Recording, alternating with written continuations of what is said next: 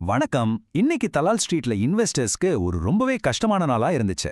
சந்தை ஒரு பெரிய சரிவை சந்திச்சிருக்க, இதனால முதலீட்டாளர்கள் கொஞ்சம் ஆடி போயிருக்காங்க. எதனால அந்த சரிவு வந்துச்சு, இனிமே என்ன நடக்கும், வாங்க டீட்டெயிலா பார்க்கலாம். கரடிகள் மறுபடியும் வந்துருச்சுன்னு சொல்றாங்களே, அப்படி என்னதான் ஆச்சு இன்னைக்கு மார்க்கெட்ல? எதனால இவ்ளோ பெரிய வீழ்ச்சி? முதல்ல இந்த சரிவு எவ்ளோ பெருசுன்னு நம்பர்ஸ்ல பாத்துறலாம் வாங்க. பாருங்க, பிஎஸ்சி சென்செக்ஸ் மட்டுமே 703 பாயிண்ட்ஸ் கீழே போயிருக்கு. அதாவது கிட்டத்தட்ட 1% வீழ்ச்சி. இதுல சோகமான விஷயம் என்னன்னா, ஒரே நாள்ல வந்த இந்த சரிவு போன சில நாள்ல சம்பாதிச்ச மொத்த லாபத்தையும் காலி பண்ணிருச்சு. சென்செக்ஸ் மட்டும் இல்ல, என்எஸ்சி நிஃப்டி 50யும் தப்பல. அதுவும் 208 பாயிண்ட்ஸ் சரிஞ்சிருக்கு. இதுல ரொம்ப முக்கியமான ஒரு விஷயம், மார்க்கெட்டோட மனநிலையை காட்டுற 23,850 லெவலுக்கு கீழே க்ளோஸ் ஆனதுதான். இது மார்க்கெட் கொஞ்சம் வீக்கா இருக்குன்னு காட்டுது. சரி, இப்போ எல்லாருக்கும் ஒரு கேள்வி இருக்கும். எதனால இந்த திடீர் சரிவு? இதுக்கு ஒரே ஒரு காரணம்னு சொல்லிட முடியாது. நிறைய பிரச்சனைகள் ஒன்னா சேர்ந்து ஒரு பெரிய புயல் மாதிரி மார்க்கெட்டை தாக்கியிருக்கு.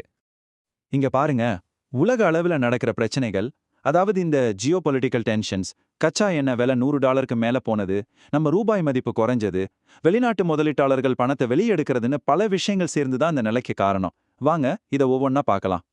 இத பத்தி ஜியோஜித் இன்வெஸ்ட்மெண்ட்ஸை சேர்ந்த வி.கே. விஜயகுமார் என்ன சொல்றாருன்னா, அமெரிக்கா ஈரான் பேச்சுவார்த்தை சரியா போகாததுனாலையும் சில கடற்பகுதி கட்டுப்பாடுகளாலையும் ஒரு நிச்சயமற்ற தன்மை உருவாகி கச்சா எண்ணெய் விலை ஏறிடுச்சுன்னு சொல்றாரு. பிரெண்ட் க்ரூட் ஆயில் விலை $103க்கு போயிருக்கிறது இந்தியா மாதிரி எண்ணெய் இறக்குமதி பண்ற நாட்டுக்கு ஒரு பெரிய தலைவலினே சொல்லலாம். இங்க பாருங்க, நமக்கு ரெண்டு பக்கமும் அடி. ஒரு பக்கம் எஃப்ஐஐஸ், அதாவது வெளிநாட்டு நிறுவன முதலீட்டாளர்கள் ஏப்ரல் மாசத்துல மட்டும் கிட்டத்தட்ட 38,000 கோடி ரூபாய்க்கு நம்ம பங்குகளை வித்துட்டு போயிருக்காங்க. இன்னொரு பக்கம் நம்ம ரூபாயோட மதிப்பும் டாலருக்கு நிகரா 93.38க்கு சரிஞ்சிருக்கு. இது ரெண்டும் சேரும்போது முதலீட்டாளர்களோட நம்பிக்கை ரொம்பவே குறையுது இல்லையா? மார்க்கெட்ல இருக்கிற இந்த பயத்தையும் பதட்டத்தையும் காட்டுறதுக்குன்னே ஒரு இண்டெக்ஸ் இருக்கு. அதுதான் இந்தியா விஐஎக்ஸ். இத பயக்குறியீடுன்னு கூட சொல்லுவாங்க. இன்னைக்கு இது 8% மேல ஏறி இருக்கு. இதுக்கு என்ன அர்த்தம்னா, வரப்போற நாட்கள்ல மார்க்கெட்ல பெரிய ஏற்ற இறக்கங்கள் இருக்கலாம்னு முதலீட்டாளர்கள் பயப்படுறாங்கன்னு அர்த்தம். சரி, இப்போ செக்டார் வைஸா பார்க்கலாம். எந்தெந்த துறைகள் அதிகமா பாதிக்கப்பட்டுச்சு, எது தப்பிச்சுதுன்னு பார்க்கலாம் வாங்க. மொத்த மார்க்கெட்டும் ரெட்டில் இருந்தாலும் சில செக்டார்ஸ் மட்டும் தப்பிச்சிருக்கு. பவர், டிஃபென்ஸ், டெலிகாம், மெட்டல் மாதிரி சில துறைகள் பாசிட்டிவா இருந்திருக்கு. ஆனா பேங்கிங், ஆட்டோ, எஃப்எம்சிஜி, ஐடி மாதிரி பெரிய துறைகள்லாம் பெரிய அழுத்தத்துல இருந்துச்சு. குறிப்பா சொல்லணும்னா பேங்கிங் மற்றும் ஆட்டோ ஸ்டாக்ஸ்ல தான் பெரிய செல்லிங் பிரஷர் இருந்துச்சு. இந்த சார்ட்ல பாருங்க, நிஃப்டி பேங்க் இண்டெக்ஸ் மட்டுமே 1.5% மேல சரிஞ்சிருக்கு. ஆட்டோ துறை கிட்டத்தட்ட 2% வரைக்கும் கூட விழுந்திருக்கு. ஓகே, செக்டார்ல இருந்து இப்போ இன்னும் கொஞ்சம் ஜூம் இன் பண்ணி இன்னைக்கு நியூஸ்ல அடிபட்ட சில முக்கியமான பங்குகளை பத்தி பார்க்கலாம்.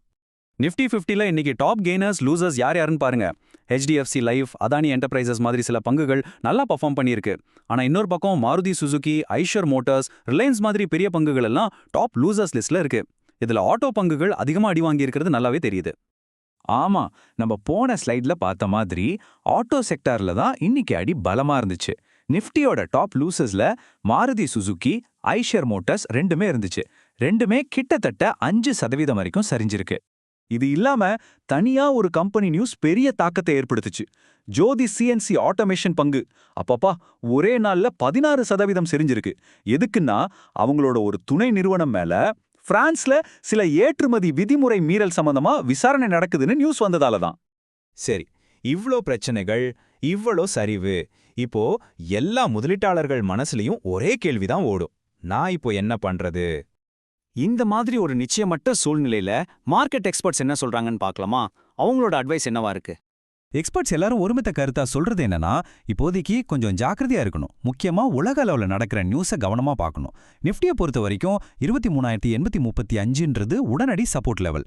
அதுக்கு கீழே 23,500லேருந்து 23,650 வரைக்கும் ஒரு முக்கியமான சப்போர்ட் ஜோன் இருக்கு. அதனால இப்போதைக்கு அவசரப்பட்டு எந்த முடிவும் எடுக்காம ஃபார்மா, எஃப்எம்சிஜி, பிரைவேட் பேங்க்ஸ் மாதிரி பாதுகாப்பான துறைகள்ல கவனம் செலுத்தி மார்க்கெட் கொஞ்சம் ஸ்டேபிள் ஆகுற வரைக்கும் வெயிட் பண்ணி பார்க்கறது நல்லதுன்னு சொல்றாங்க.